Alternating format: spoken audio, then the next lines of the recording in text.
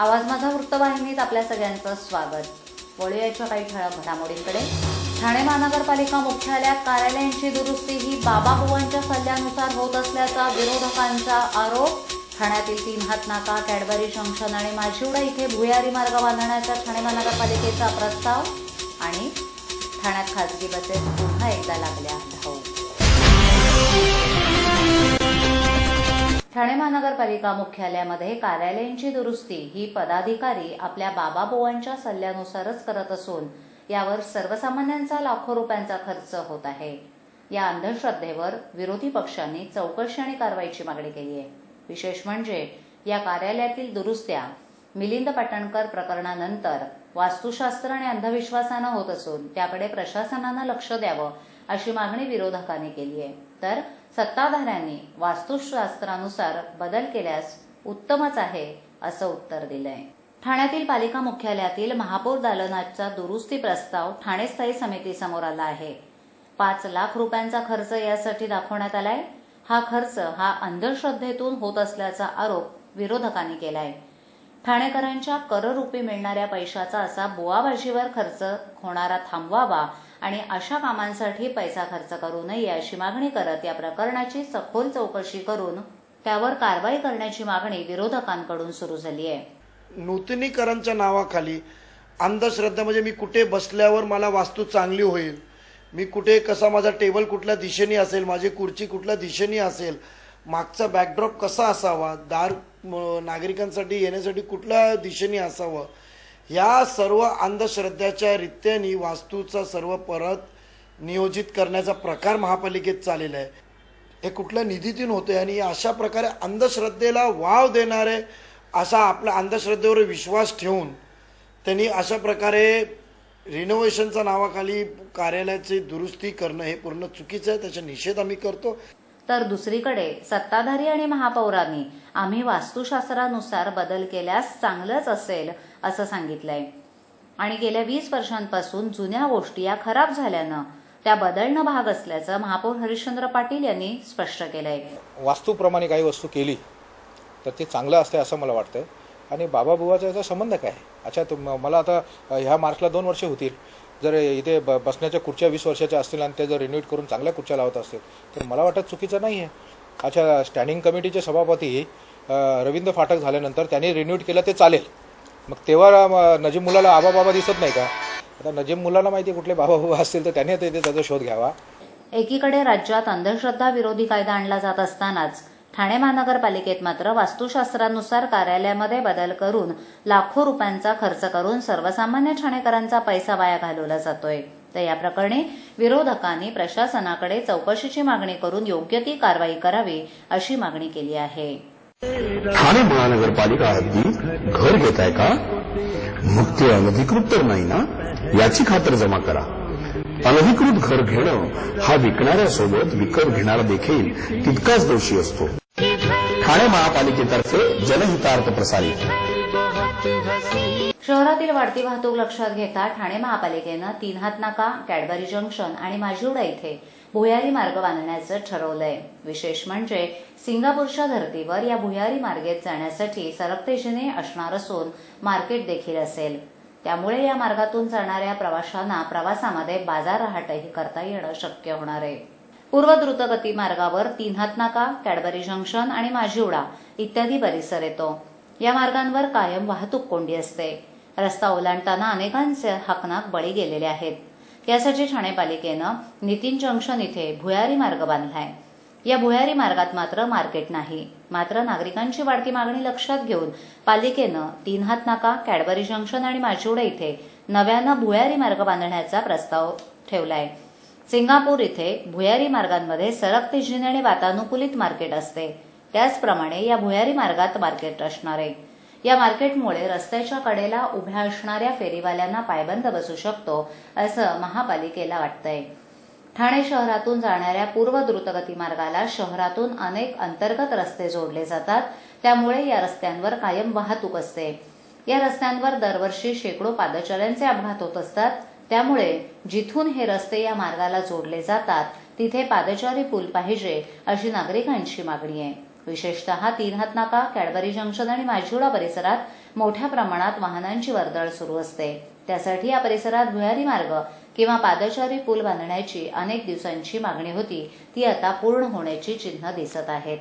मागील काही दिवस बंद असलेल्या खासगी बसेस पुन्हा एकदा रस्त्यांवर धावू लागल्यात. महापालिकेनं या बसेस परिवहनमध्ये समाविष्ट करण्याच्या हालचाली सुरू केल्या असल्या तरी ठाणे प्रादेशिक परिवहन विभागाच्या अटींमधून परिवहनला मार्ग काढावा लागणार आहे.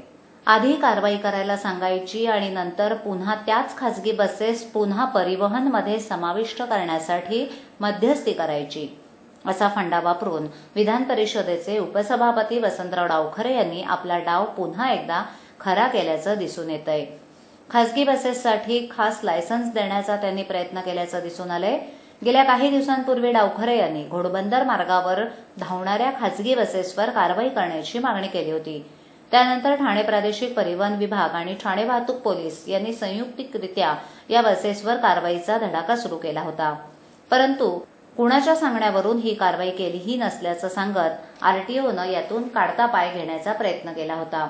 शुक्रवारी पालिका आयुक्तांकडे झालेल्या बैठकीत परिवहनच्या कमी असलेल्या बसेस आणि ठाणेकरांची गरज लक्षात घेऊन खासगी बसेस परिवहनमध्ये सामावून घेण्यासाठी हालचालींना जोर देण्यात आला. यामध्ये या बसेसवर आता परिवहनचे वाहक असणार आहेत. या बसेसचा रंग देखील बदलण्यात येणार असल्याचं स्पष्ट झालंय. या खासगी बसेस परिवहनमध्ये सामावून घेताना आरटीओच्या अटींची पूर्तता मात्र करावी लागणार आहे. या बसेसना एकच दरवाजा आहे, परंतु आरटीओच्या नियमानुसार या बसेसना 2 दरवाजे असणे गरजेचे आहे. वाहक चालकांना ड्रेस कोड इत्यादींसह विविध अटींची पूर्तता करावी लागणार आहे. कायदेशीर बाबींची पूर्तता केल्याशिवाय या बसेसना रस्त्यावर धावता येणं शक्य नसल्याचं आरटीओनं स्पष्ट केलं आहे. ठाणे महानगरपालिकेचे सभागृह नेते नरेश म्हस्के यांनी मुंबई महानगरपालिकेच्या धर्तीवर ठाणे महानगरपालिकेच्या छत्रपती शिवाजी महाराज रुग्णालयात डायलिसिस सेंटर सुरू करण्यासाठी ठाणे महानगरपालिका आयुक्तांना लेखी पत्र पाठवून तशी मागणी केली आहे.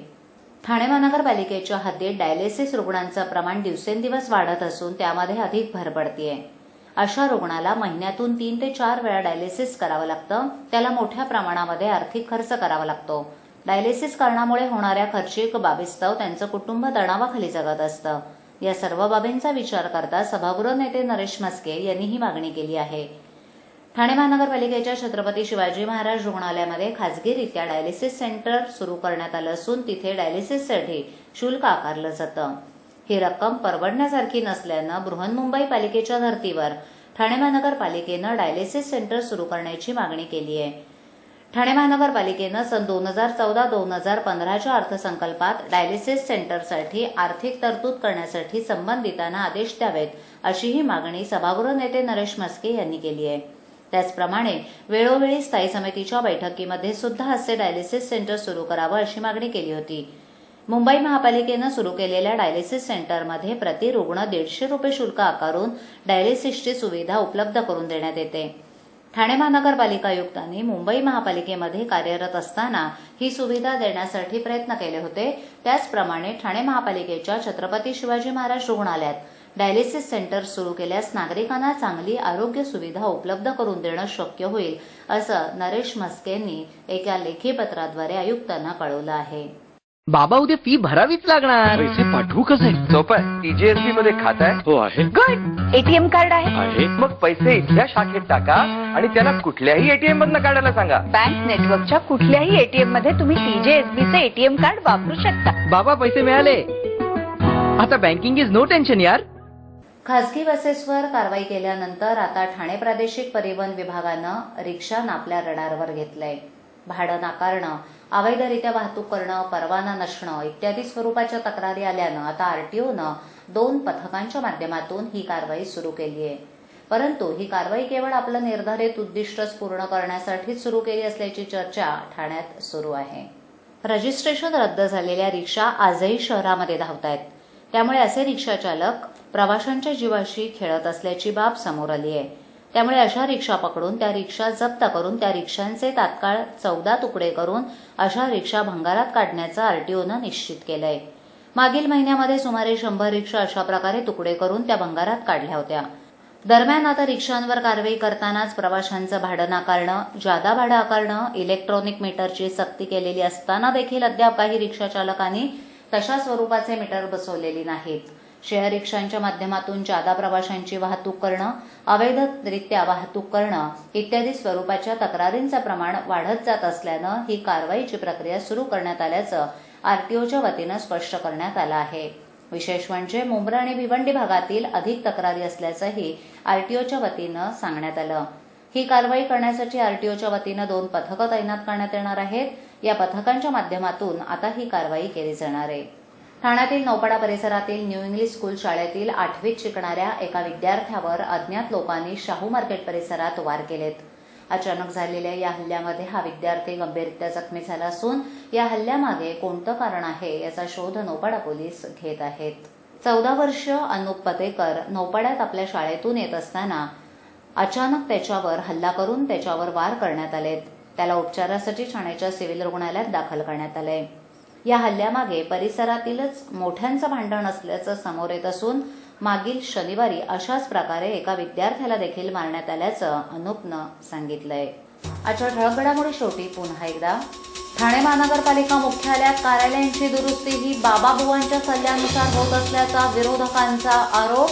ठाण्यातील 3 हात नाका, कॅडबरी जंक्शन आणि माझिवडा इथे भुयारी मार्ग बांधण्याचा ठाणे महानगरपालिकेचा प्रस्ताव.